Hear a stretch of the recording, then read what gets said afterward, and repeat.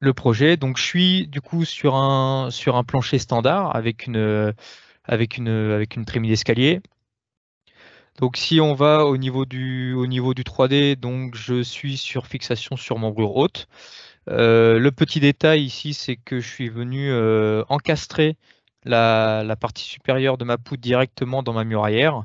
L'avantage est double, c'est si vous êtes usiné pour pouvoir entailler les muraillères, les coupes peuvent être exportées au niveau de vos machines de coupe. Et l'avantage, c'est qu'au niveau de la mise en place sur le chantier, les poseurs n'ont pas besoin de se poser de questions au niveau des entraxes, tout est déjà prédéfini. Et aussi au niveau du couturage du panneau d'extrémité, si vous êtes en zone sismique ou que vous devez justifier d'un diaphragme, vous n'avez pas besoin de fournir vous avez pas besoin de fournir des entretoises. Tout est déjà, comme la muraillère, pardon, arrive au même niveau que votre membrure haute de POSI, vous n'avez pas de questions à se poser. Donc, au niveau de mon calcul, si on va dans le code de calcul, il y a une nouveauté, alors une nouveauté qui date déjà depuis un petit moment, mais voilà, moi je la traite lors de mes formations maintenant, c'est la partie vibratoire. Donc au niveau de Pamir, avant vous aviez une présentation un petit peu de ce style-là. Donc c'est-à-dire que vous deviez remplir manuellement vos charges de plancher en plancher et en plafond. Et voilà, après, au niveau le calcul de poids se faisait toujours pareil, mais si vous voulez, c'était sous sous un ancien format de calcul. Et ce qui s'est passé, c'est qu'on s'est mis à jour parce que la vibration revient au goût du jour de plus en plus. Voilà, c'est des notes de calcul et des informations que les bureaux de contrôle demandent de plus en plus. Donc, on est venu se calquer sur les calculs de l'Eurocon. Donc la manière de calculer a un petit peu changé, les valeurs aussi qui sont vérifiées ont changé aussi. Sous l'ancienne version, on vérifiait que la fréquence du plancher et une déformation sur la partie centrale de la poutre sous une charge ponctuelle. Et maintenant, voilà, on vérifie l'accélération, la vélocité. Voilà, il y a tout un tas de paramètres qui sont rajoutés. Donc ces paramètres demandent des données supplémentaires au niveau du calcul.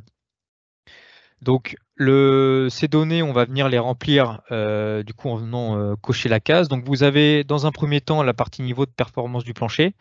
Donc ça, c'est en fonction du type de plancher que vous allez avoir. Si vous êtes sur un plancher type OSB avec un parquet flottant, ou si jamais vous êtes sur un plancher avec une dalle béton assez costaud.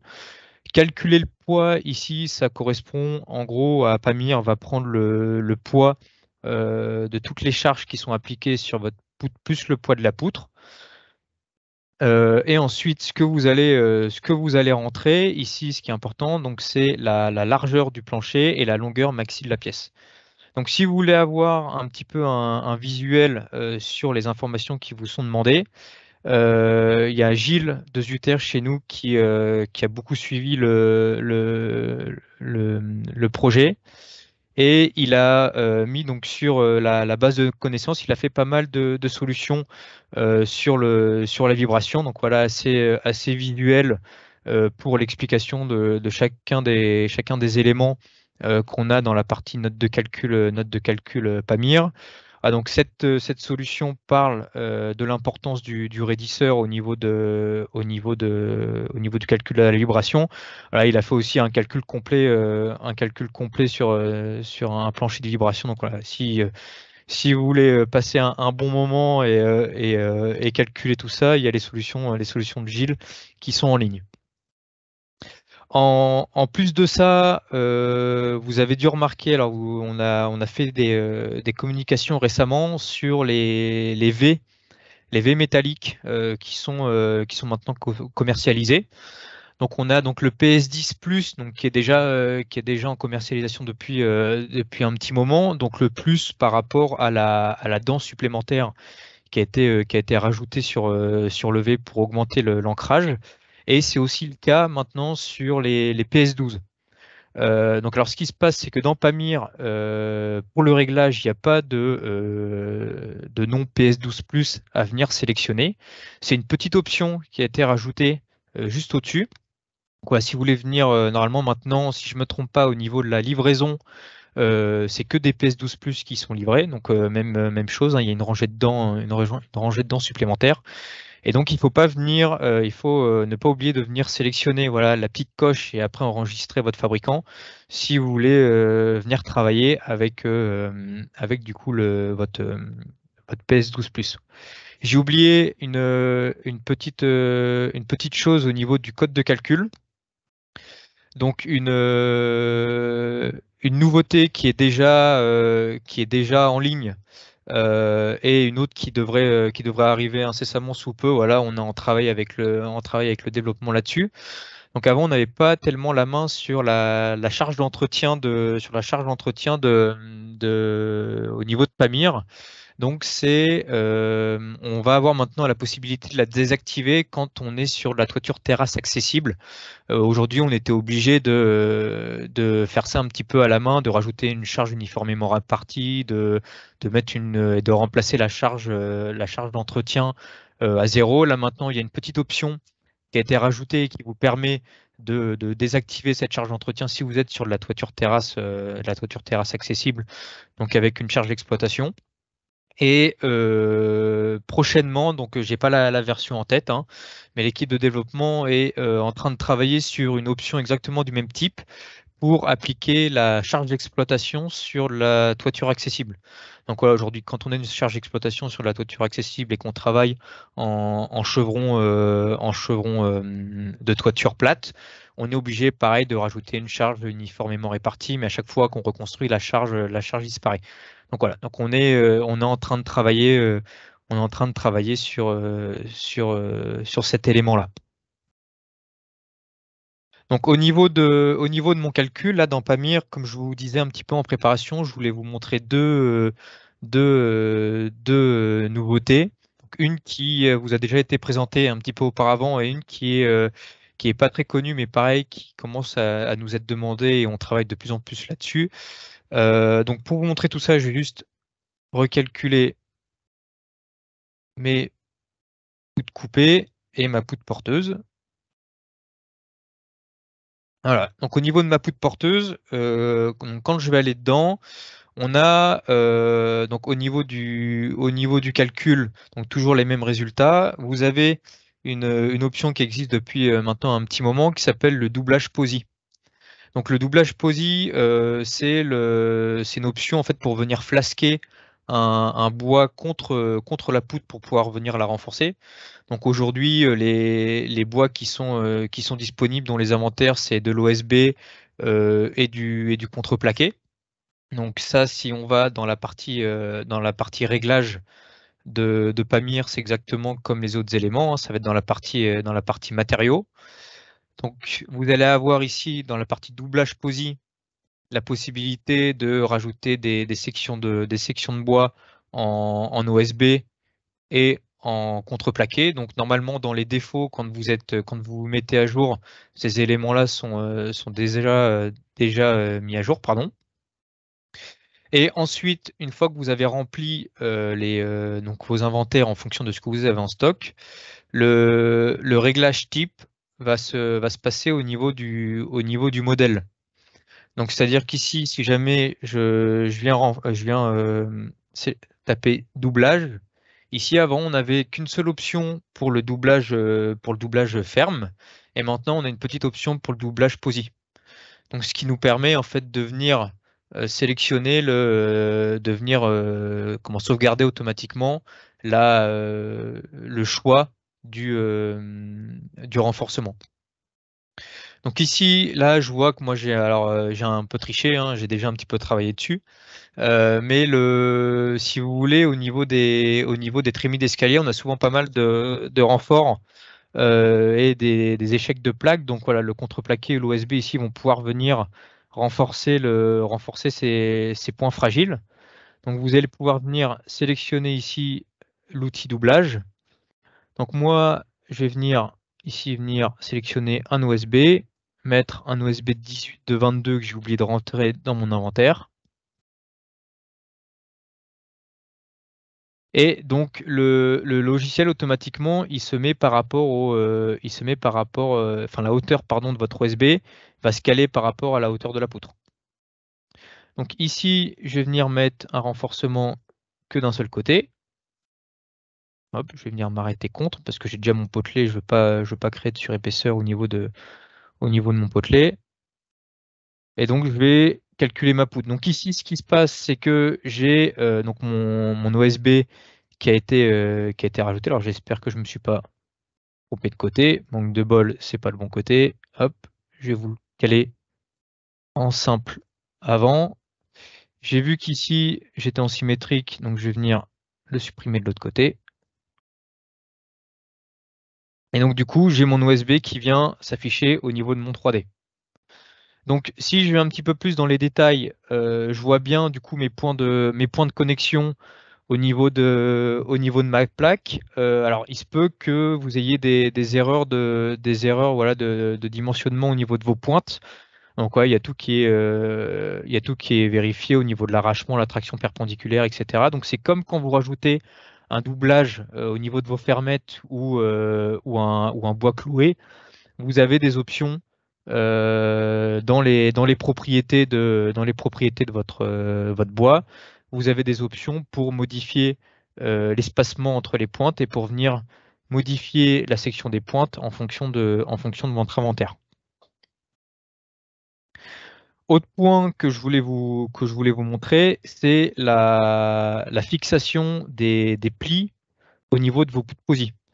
Donc ce qu'il faut savoir, c'est que les poutres posy, c'est comme les fermes, pour qu'elles viennent travailler toutes les deux, pardon, dans un même plan, il faut qu'elles soient fixées entre elles. Ce qu'on est typiquement dans l'exemple ici où le sabot est fixé contre la première poutre.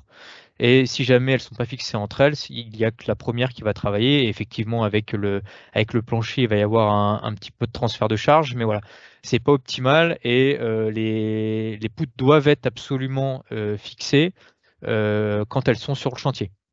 Donc c'est pareil, ça c'est une amélioration sur laquelle on est en train de travailler. Parce qu'aujourd'hui, on suit un petit peu les développements européens et donc le développement de la fixation entre plis a surtout été fait sur le bois en 45 pour le bois d'ossature. Et nous, on est en train de travailler.